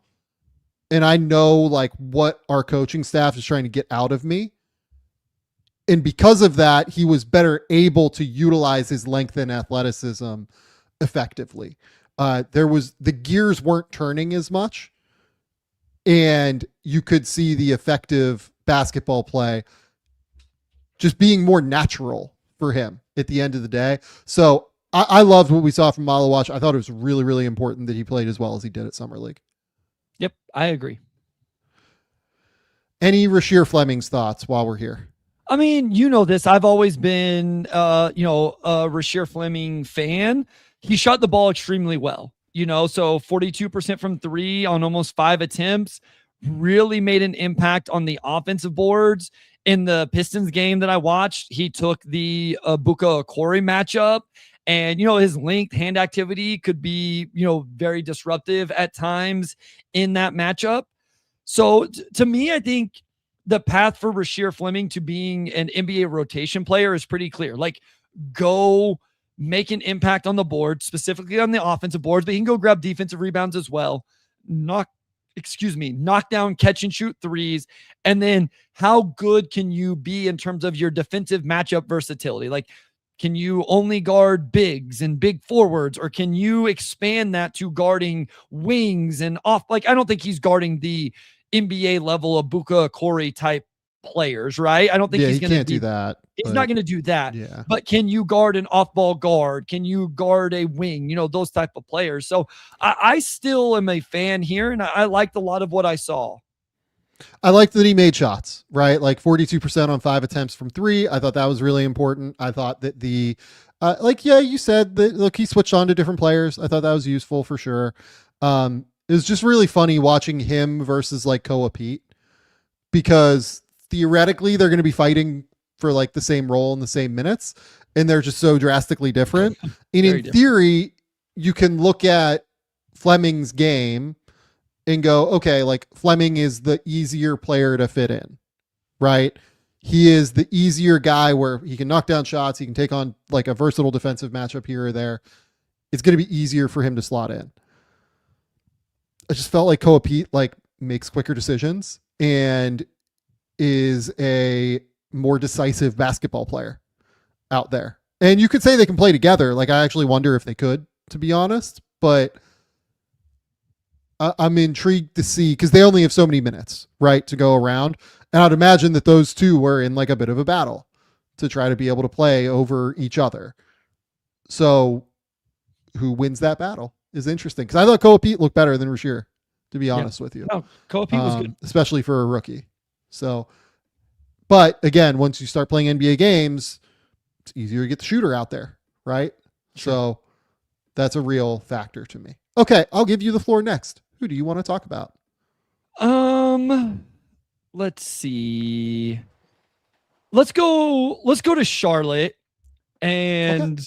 I'm sure you guys talked a lot about the rookies, obviously, but a decent amount. We didn't go crazy with it for what it's worth, but Liam McNeely as a sophomore there put up really good numbers all summer league long in terms of shot the ball extremely well and averaged almost 22 points a game, shot 53% from three, rebounded a little bit, created a little bit, did have, more turnovers than assists. I think I'm interested to get your thoughts because part of what I felt like watching it was this isn't the role that he's going to, and this is true for a lot of guys at Summer League, right? Like I get that. Yeah. This isn't the role he's going to play with Charlotte, but as much as I trust Charles Lee to put players in spots, situations, play types that will make them successful, it's like, okay, well, he's taking this role. He's being productive in it. Does Charlie watch this and his staff and go, okay, here's a couple different ways we can use Liam McNeely now in year 2 and find some success if we put him in these spots? I think that's exactly right. Like he played a little bit more on the ball than what he would with the big team is what you're saying basically, right? Correct. But can you run a lot of the same actions that you run with Con Knipple when he's in the starting lineup with Liam McNeely and, obviously get less production than you're going to get from Con because Con is a like truly special player. But can you use Liam off the bench and be like, hey, we're going to run like a flare action into, a side ball screen where you get an empty side of the court and then you have to drive and get to the rim or you have to make a pass, right? Yep. I can see a world where that kind of thing exists for Liam McNeely, but it is going to be predicated on just him shooting, right? And obviously as a rookie, the shot was hit or miss. Let's go with from time to time. Obviously he shot 40% from three, but then, you look at the G League and he shot 31% from three in a much more substantial role, right? So is he going to be able to consistently knock down shots is the big question. Coming off the year at UConn, was not a great shooter at UConn, has now knocked down shots at Summer League in like a real way, both years, right? I think he's a shooter. Like I'm not that worried about Liam McNeely's shot. I think he is going to be able to do that. And the idea with Liam is that he's 6'7" to 6'8", big player who can knock down shots up over the top of tight contests and can maybe attack a closeout, right? Like that's where the growth came at UConn, I thought, and why I was like a little bit higher on where they drafted him. I think that he might be able to play minutes this year. I feel way better about him than I do about Salon. I'll say that. I feel like Liam, if you told me Liam McNeely is a rotation player for them this year, I don't know if he's going to be like a wildly positive player because of the defense, but I can see him being a positive offensive player off the bench for them this season. That wouldn't totally blow my mind.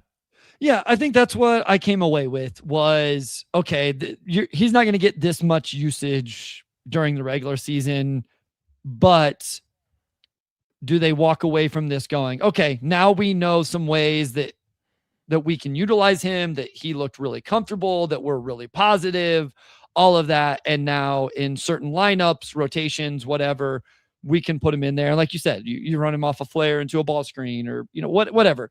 I have a lot of trust in Charles Lee right now to put those players in whatever spots, situations, play types are going to help them be the most successful, especially on the offensive end. And by the way, I will just say here on Charlotte as well, this is another team with 16 guaranteed contracts. So even removing Pat Connaughton and Mohamedou Gay from their roster, because those are two totally non-guaranteed deals, they still have 16 guys, right? So I would imagine that this roster is not done yet. Like I would bet you that there's some sort of deal that Jeff Peterson comes up with at some point, just in order to, kind of even out the roster, be it can you move a Royce O'Neal for a couple of second round picks, or, Grayson Allen, does he get moved? If you feel like Liam McNeely might be able to step into like that floor spacer shooter role, right? Or maybe it's Trey Mann because you just drafted Christian Anderson. This feels like an incomplete offseason to me right now, even after the LaMelo trade and after all of the deals that they've made. Real quick on Salon, like this just feels like he's just not an NBA player when I watch him. I mean, yeah, I didn't like the pick whenever it happened. I really appreciate how hard he plays. So do I. I really, really do. I truly do. But like, I've just never, I don't know. I never saw it. Like I never saw the vision the way some other people did. And, I wonder, maybe we're getting closer to like, hey, maybe it works better somewhere else. We've talked about this all the time, change of scenery for players, maybe different whatever. I don't know. But yeah, that's where I'm at on him. I do love the effort. I love the aggression. I love like the fact that he seems pretty fearless out there a lot of the time. I just don't know that he has the skill at the end of the day to play the role that he's asked to play. I understood the bet. I thought it was more of a like late lottery, post lottery bet, not a number 6 overall bet. He was nowhere near ready to play in the NBA when they took him. Like that was obvious. The other thing I will say is like, you got to be careful with some of these guys in the French league.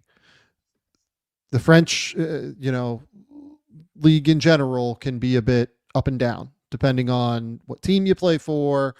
A whole lot of factors there. And the German league's the same way, by the way, with Noah Essengay, versus like a Hans Steinbach, right? Like Steinbach, played in the playoffs that year and was like freaking awesome before coming to Washington in the playoffs of the German league.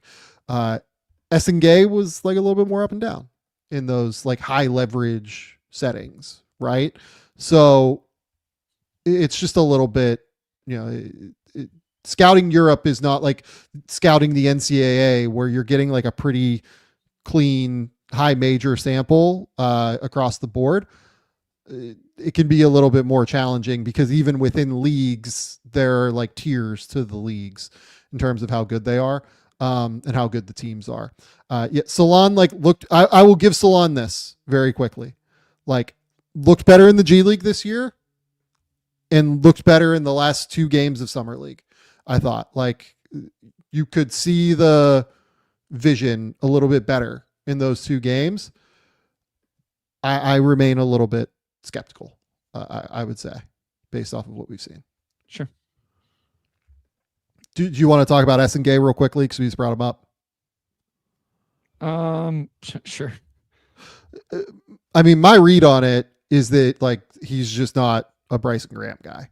Like he started coming off the bench for the Bulls in those summer league games, and that kind of spoke volumes to me about how much of a priority he is for them. If you're coming off the bench in summer league games behind like Toby Awaka and like some of the other guys that the Bulls were starting,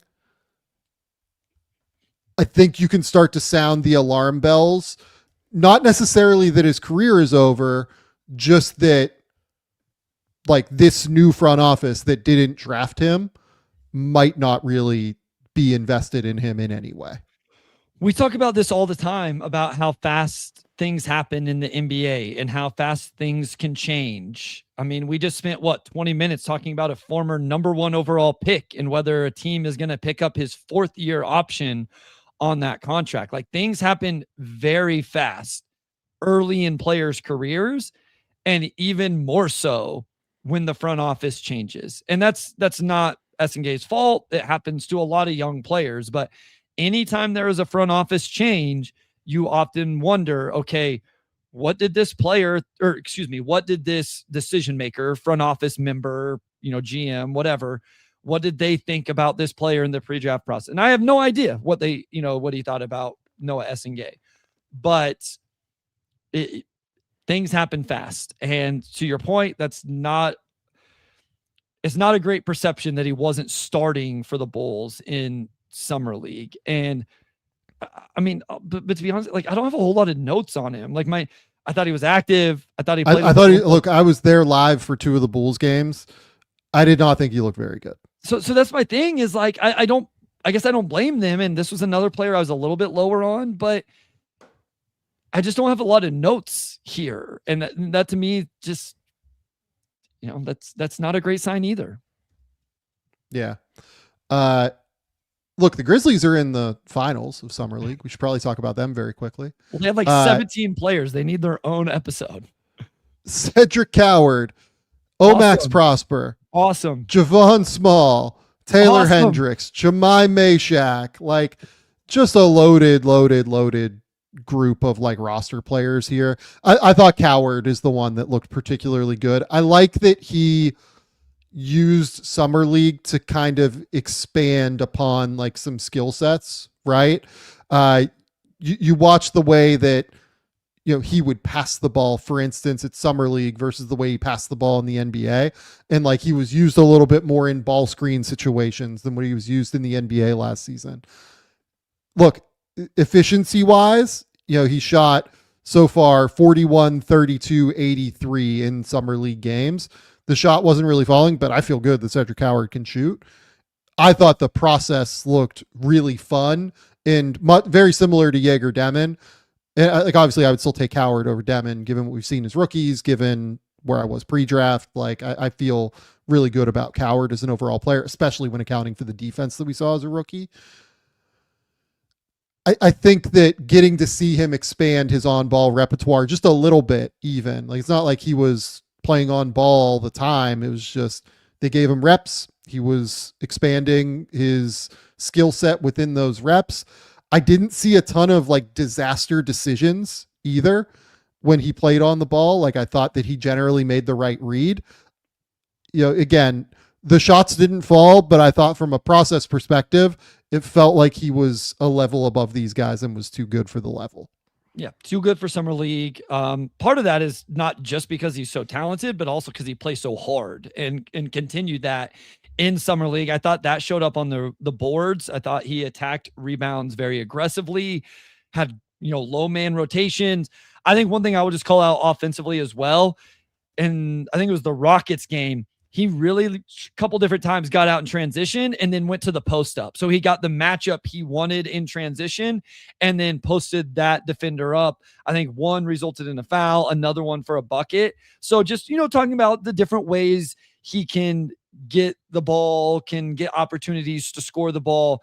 And, you mentioned the on ball stuff, but here, running out in transition, getting early post position, that stood out to me in the Rockets game. Yeah, I mean, Javon Small is the other guy that's been like very active for them, I would say. I didn't think he started super well, but I thought that, he looked better against like the Warriors and Rockets in a way that I thought was really important. Like, maybe I'm like over indexing the Mavs game that I was there for with Small, where he was very not good, but I think he's gotten better as Summer League has gone on. I like the way he operates ball screens. He's really good with the accuracy and location of his pocket passes. He will, hold defenders on his back, reads the drop coverage big, all of those things. And then he just flat out gets after it on the defensive end, shooting over 40% from three as well. It's just like not fair to have Javon Small in the starting lineup.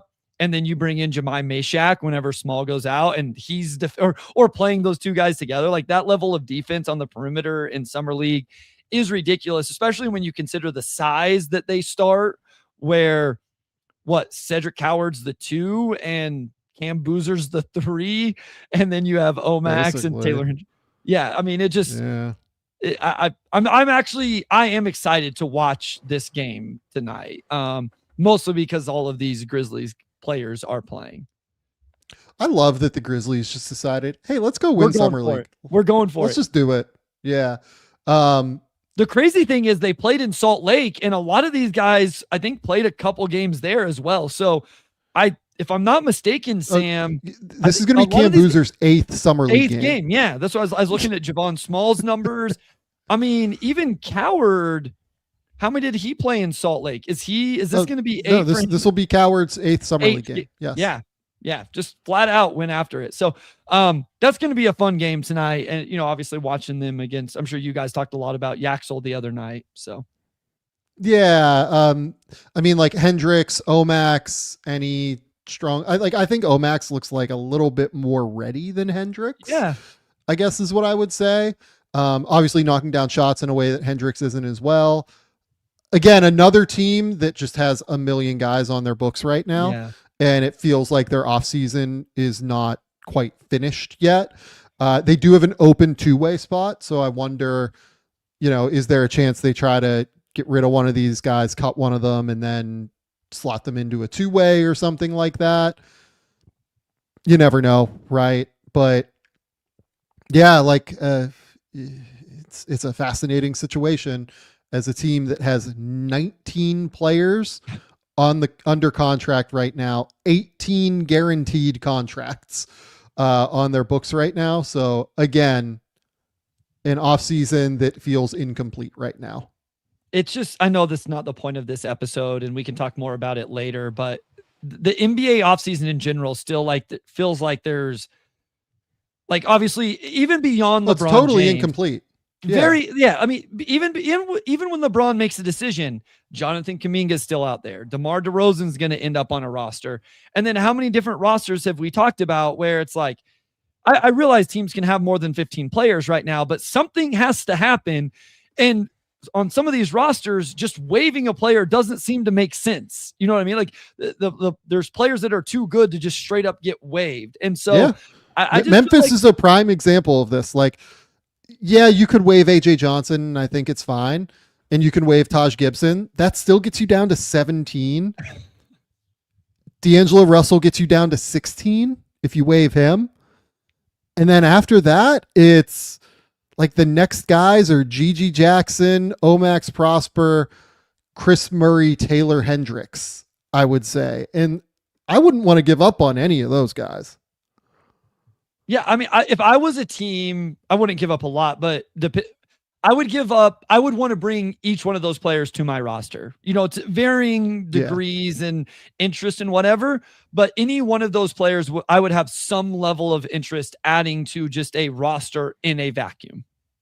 Yeah, no, I agree. At the very least, for free, I would love to take the flyer. But I've liked Gigi Jackson enough.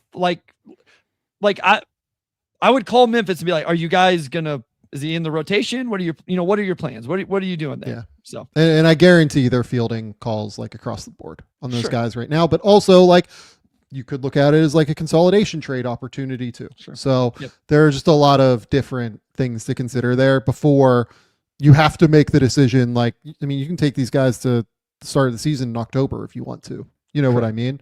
And given that all of them, except for Taj, are on guaranteed contracts where their money's locked in, it's just okay.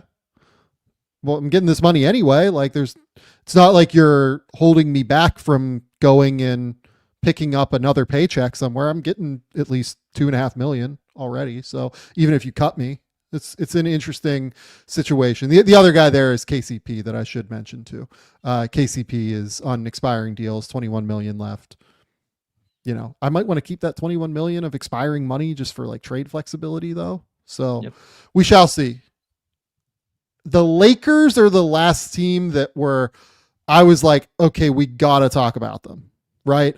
And I mentioned this on the show last time with S when we talked about rookies.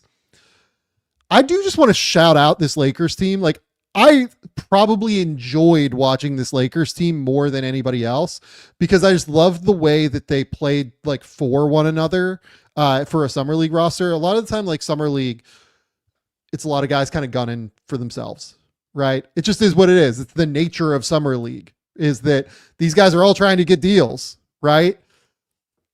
But I really loved that these guys guarded, they were tough, they were physical, like Adu Thiero, Chris Mignon, Cam Carr, I thought was certainly interesting throughout the entire proceedings. Like you can go up and down and just like really look at a number of these players. And I thought that they were really fun and I really enjoyed how they played for one another. But the guy that probably stood out most for people was Arthur Kaluma. He certainly, I think, really helped himself a lot with his performances, especially against Dallas, where he had 34. Good friend of the program, John Hollinger, I had like left to go to dinner, and Hollinger was like texting me, "You're missing the Kaluma like breakout right now," and I was like, "Okay, great." And it happened against Mike Schmitz, who I know was very high on Arthur Kaluma pre-draft whenever he was still in the public sphere. Yeah, I mean, 50% from three for Kaluma. I thought the size definitely stood out to me. This team in general stood out to me, to your point. Like, who is Watson had to play center for them. In a lot of these Watson was like pretty useful for them, I thought, too, by the way. I know the numbers don't like back it up, but correct. Yeah, like the ball movement, the like just overall like help them defensively in terms of like cohesion. Like I thought he was really good. Yeah, so it was a fun team. Obviously, Cam Carr, as the rookie, I will say that Mignon was like he's the player that I really liked his game the most. I think. I mean, I thought he flat out got after it on the ball defensively, deflections. He had a transition block in the game against the Warriors, another off-ball deflection, forced a late game turnover. I don't know that, he scored the basketball well enough or maybe the decision making, but he averaged 7 rebounds a game for this team. He was just the player I think I enjoyed the most. And that's kind of what they had. Like Thiero, I'm going to be honest. Like I didn't really enjoy the Thiero experience. So he looked like totally useful and like the athleticism pops in a significant way. I just didn't really enjoy watching the like, hey, I'm trying to be like summer league Jaylen Brown, like driving the ball constantly. So that's where I ended up as well, where he plays with a ton of energy, plays with a ton of athleticism, like especially defensively. I just felt like a lot of the half court stuff offensively was a drive without a plan. I think, I think he had a late game turnover in that game against the Warriors, had a bad decision earlier in the game. I came away going, okay, the Lakers may be able to use him for 400 or 500 minutes in the regular season in games where they just need a little bit of depth and some energy and all of that. But I didn't watch that and go like, okay, this is a real part of their rotation that they're counting on in the playoffs. Defensively, like I thought he looked aggressive. I thought he looked active. Yeah. Like I loved all of that. I loved the way he got out in transition. Like there were some really positive Thiero moments. And I think that a lot of the moments that were negative, you can throw away as being like, this was the summer league role. Sure. You know what I mean? Like he was being told to expand his game, told like, hey, go ahead and drive. Fair. I just don't really see the way that he processes it on those drives, transitioning to the NBA, but it might not matter because that might not be the role that he's asked, or definitely won't be the role he's asked to play in the NBA anyway, where he'll be cutting backdoor, trying to find lobs from Luka and Austin Reeves, attacking the rim, like in transition, being a high level defender. You can see a world where Thiero is very useful at the very least. The key is staying healthy. Like he's just never stayed healthy at all. And that's really why he fell to the second round, was the health factor. If he had gotten like a totally clear, like medical, everything, and had played games, full seasons every year at Arkansas and Kentucky, Thiero would have been drafted in the first round. It's just that, hopefully he can stay healthy at the end of the day, because that's where, unfortunately, it has derailed for him a little bit. But yeah, less of the Jaylen Brown driving in half court, more of the let's just be the energy guy. I'm all for that. Like, I can see that being a real role and him being useful in that role. Someone asked, like, who is the best chance of these players to see real minutes? So let's call it, if they sign Kaluma to a two-way, they have to open up a spot to do that between AK Okereke and Peter Suter. Let's call it Kaluma, Carr, Thiero, Mannion. I think those are the four that really would pop. Who has the best chance to see real minutes? I would rank those Carr, Thiero, Kaluma, Mannion. I think I would go Carr, Thiero, Mannion, Kaluma. Okay. Right now. I agree with you on Mannion. Like, there's just a lot. Like, he brings it every single time he takes the court on defense. Yeah. He is a high energy player. Like, he's tough. I really love the idea of what he could be on defense. I'm just not totally sure, like, the offense is there, to be honest. I agree. For sure. But Carr, I think, like, will probably get a chance in their rotation, if you made me guess right now. I agree. And I think Thiero will get a chance as well in their rotation. I think both of those guys will get opportunities to see what they can do. I lied. The last team I do want to talk about is actually, did you watch much of Orlando? I didn't put them on your docket. No, you told me to watch Jace Richardson. Okay, I couldn't remember if I did. I thought Jace was really good. Yeah, I have Jace notes and then a little bit of Pinda. I thought Pendo was really good too. I thought both those guys were great. I saw this team live in Vegas. Fun group between those two for sure. Yeah, it was an interesting summer league. Jace just looked the part in terms of game was slow for him. He made good decisions constantly. He made his shots. He was able to get into the lane when required.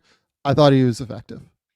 Yeah, I think what I liked was he showed like the full range of being able to knock down threes off the dribble, would hit a tough step back, but then also off the ball, he could hit catch and shoot threes, or he could stampede attack for a finish, get all the way to the rim, and then also showed the passing ability. I do wish at times, like the live dribble left-hand passing is ridiculous. Would like to see some of the right hand a little bit more. And then they also used him as a short roll player. He never actually got the touch, but I found myself watching those possessions. And this is what I try to do in Summer League more and more, is like, what could some of this stuff look like if they were playing with the starting lineup, right? So I see them use him in that way and go, oh, okay, can we put him in a ball screen with Paolo Banchero? And he can either ghost out of that and knock down a three, or if they want to play it differently, he can short roll. And then I trust him to make the decision out of the short roll, obviously. So that was kind of interesting, even though he didn't actually get a touch in any usage out of the play type. I found myself going, I could see them utilize him like that with Paolo Banchero or Franz Wagner. Yeah, no, I agree. And then Penda, man, like, it just looked in way better shape, first and foremost. Like, that's the biggest thing that stood out to me. But B, I, again, don't really pay attention to defense all that much because it's just not worth it in these settings. He stood out on defense. His anticipation, like, really stood out to me on defense in these games. Yeah. He was doing a lot of creation and initiation of the offense in the game that I watched. Obviously shot the three-pointer really, really well all summer league. We'll see if he can take that into the regular season. I'm still not sure where I am at on the jumper. I think I would like to see it, in the regular season, but had a really productive 3 games. Look, here's what I would say. If Noah Penda is anything resembling a 38 to 40% three-point shooter, he shot 57 in these 3 games. If he's anything resembling a 38 to 40% three-point shooter, he is a for sure rotation player in the NBA. Sure. No questions asked. He is so smart on defense. He is so smart as a basketball player. He's big, he's physical, he's strong, even with the slim down frame. Like, no doubt that he's a rotation player, but I'm with you. I need to see it in season and over a larger sample before I'm like, oh yeah, this is happening. The Penda thing is happening. Yeah. But I loved him pre-draft. I had a top 20 on him pre-draft. Like I love the brain. I love the frame. You know, I could see the world where like once he got into an NBA strength and conditioning program that this body change would happen. I was quite high on Noah Penda. I feel pretty good about the way he looked based off of that. Okay. I'm trying to think if there's anybody else I really want to dig into, like among the vets. Milwaukee had a bunch of vets. Kasper Siakashonis was just coming back from playing with the Lithuanian national team, I think in like Estonia or something. I truly don't care about what he looked like at Summer League, given that context. He is not a player whose game transitions to Summer League in any way, shape, or form. He was literally like just getting back after getting traded into a new scheme, coming back from the national team. It was like the worst possible situation for him to transition into. And we literally watched him play like useful minutes in the regular season last year for Miami. I don't really care about what Yakashonis looked like. So a few for me, like Young Hansen. I watched Hansen versus Zaccharie. Both of those players have some interesting aspects to their game. I did watch that game. They just like I just came away with like neither of them move well enough defensively for me to be super excited. I love the way Young Hansen passes the ball. He had a really good offensive rebound. Zaccharie stepped out and spaced the floor, which was really, really cool. But like Hansen drove right past him from the wing at the 3-point line. And so Zion Poland. So there was a few names you sent to me that I probably wouldn't have watched. Poland was interesting in terms of like he looked great. Real emphasis on creating for his teammates. I love the effort in ball screen navigation defensively, strong enough that if he gets his chest on you at the cutoff point, he can hold up. And he obviously scored the ball as well. And then between like Seth Lundy, Jalen Slauson, like I really liked Lundy. Like that was probably the name like of those guys. Yeah, like the off-ball defensive activity was ridiculous. I think the jumper he's like very on balance. He can make shots over contests. I really enjoyed watching him of some of those names you sent my way. Did you watch the Berenger game against the Pelicans? I did not. By chance? I did not. No. I mean, just was way too good for this level. Like was way too. That's the only game he played, right? Yeah. Yeah. So like, here was my takeaway from that. I looked and I was like, oh, I want to go watch Berenger. I saw he played one game and I'm like, that kind of tells me what I need to know. If he only played one game, that means he was awesome. And to be quite honest, I have watched some of his G League stuff. And so I felt pretty good about, I realize there's been time since the G League season, but I felt pretty good about like where I was at with him. But one game and done tells me he looked plenty good. Yeah. Look, I know Rocco a little bit, like unsurprisingly, like living over here. The thing I keep telling people just to remember is like, he just turned 20 this week. You know what I mean? Like this past week. It probably came a little bit too quickly for him. Like he's a kid that should be playing college basketball right now. The fact that he went out and did what he did in these last 3 games of Summer League, I thought was really good. Like I was really enthusiastic about, hey, he looks the part now. Even though it's a really difficult like skill level for how young he is. Like he literally played half of his Summer League games, if memory serves, at I think 19 years old, right? If he didn't, it was like he played the first couple at 19, right? He's an interesting project for them, and I'm really interested to see what they end up doing with him, given the Berenger selection, and that Yohan really does look ahead of him right now. Definitely should be on a 2-way, no question there. And I thought was like fairly effective in the G League. Like he averaged 16 and 10 in the G League this year. We'll see where it goes, given how young he is. I think he's an NBA player at some point. Like he is enormous at 7'3". He is long.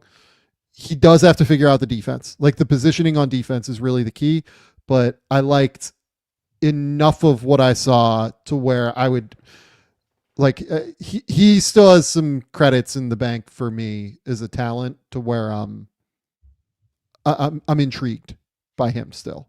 No, I'm definitely there as well. I mean, I think where I'm at is I'm more intrigued in terms of Rocco Zaccharie, two-way G League player this year, not Rocco Zaccharie, third big on the Wolves. That's, what I mean? Which is kind of, if you just look at the roster, that's kind of what they need him to be based on the roster right now. Now, maybe Trey Lyles can just play small ball 5 as the third center or whatever.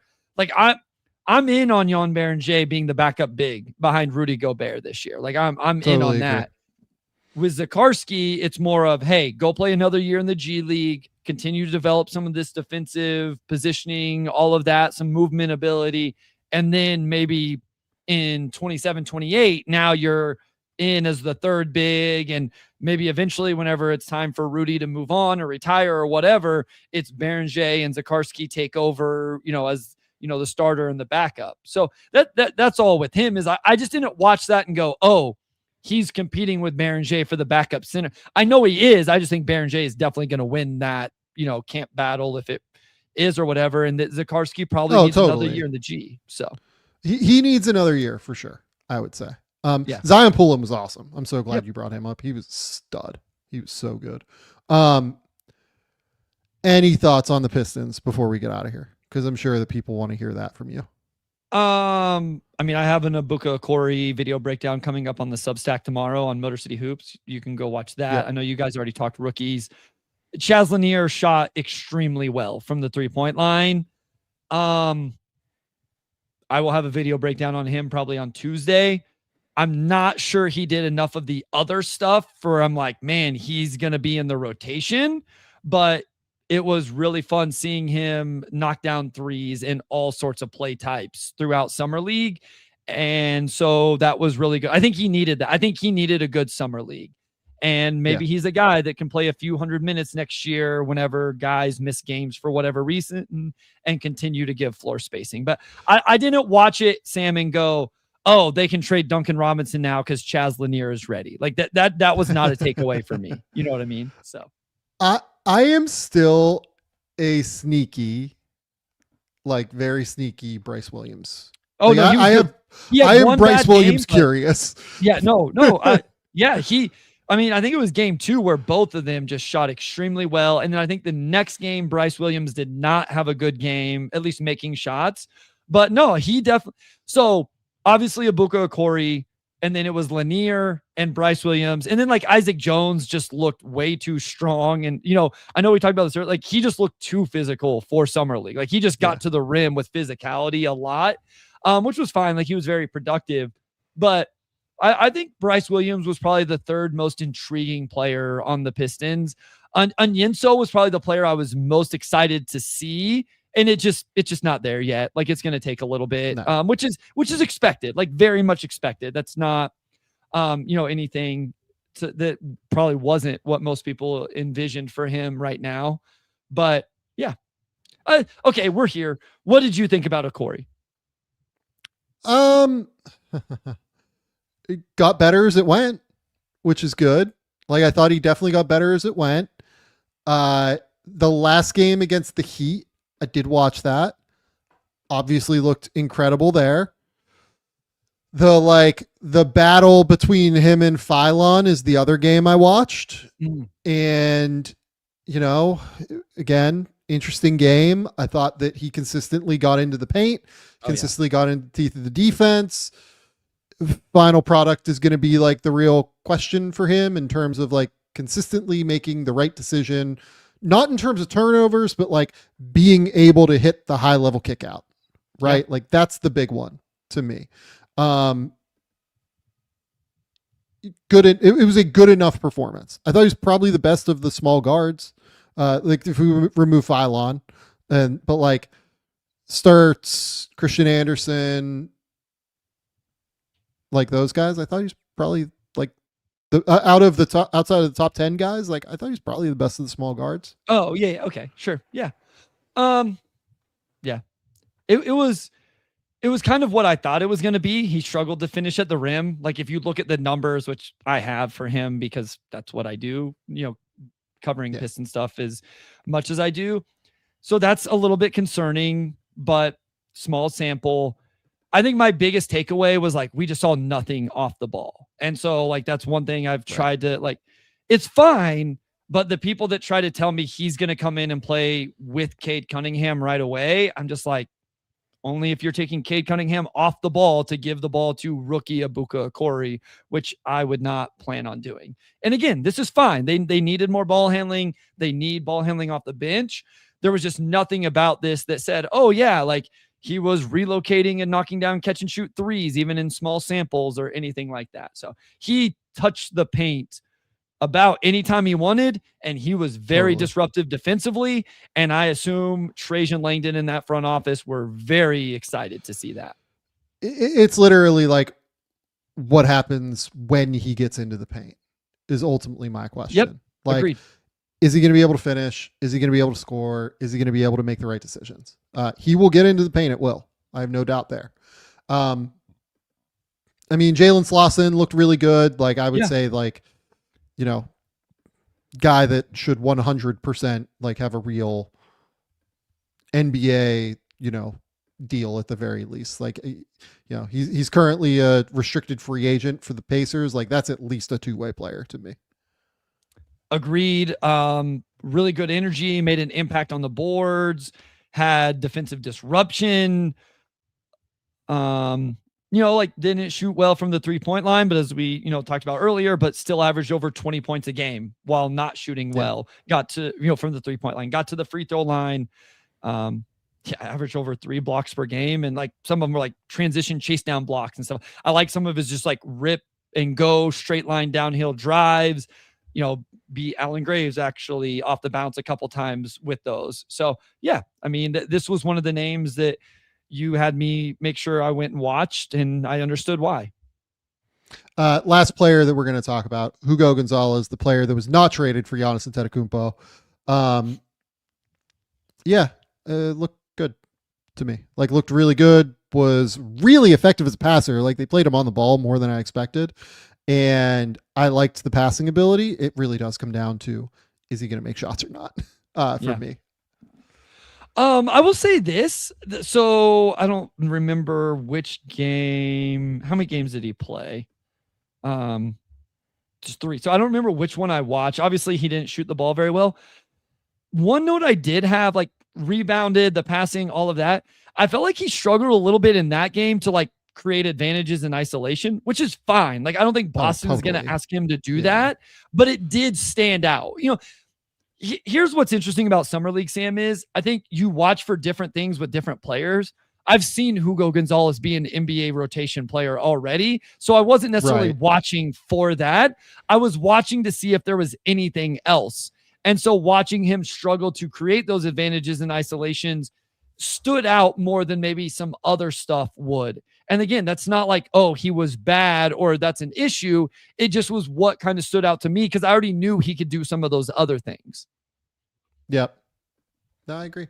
That's all I've got. Like we've gone through a number of players here. And I don't think I need to go through any more of them. Perfect. Bryce, tell the people where they can find your work. Tell the people what's going on. Yeah, at Motor City Hoops on Twitter, Blue Sky, Motor City Hoops Substack. As I mentioned just a little bit ago, if you want a video breakdown on Abuka Okori, that will be out on Monday. Probably do Chaz Lanier, might do Bryce Williams. We'll see. And then I will try to add to Sam's video breakdowns over on the Game Theory Substack once he gets through some of his. And then, right here, the Game Theory podcast. Like, subscribe, continue to support. We appreciate you so much. We'll continue to be here throughout the next couple months as we mentioned earlier. Like we're gonna have LeBron news at some point, so we will be going live somewhere over the next hopefully week, but some other decisions. I hope it's like in the next few days. Like, I mean, my hope is it was just like he wanted the World Cup to, and once Summer League's over, World Cup is over. I don't know. Is there more golf? There's probably another golf. When's the next golf? Like that's a couple weeks away. 3M's next week, baby. We got the 3M. I don't know what We got Scotty playing in the 3M. It's going to be crazy. The 3M turn. I don't know what that the is. 3M. He like Scotty Scheffler is like the only top 20 player in the world playing in the 3M. It's insane that he's playing in this tournament.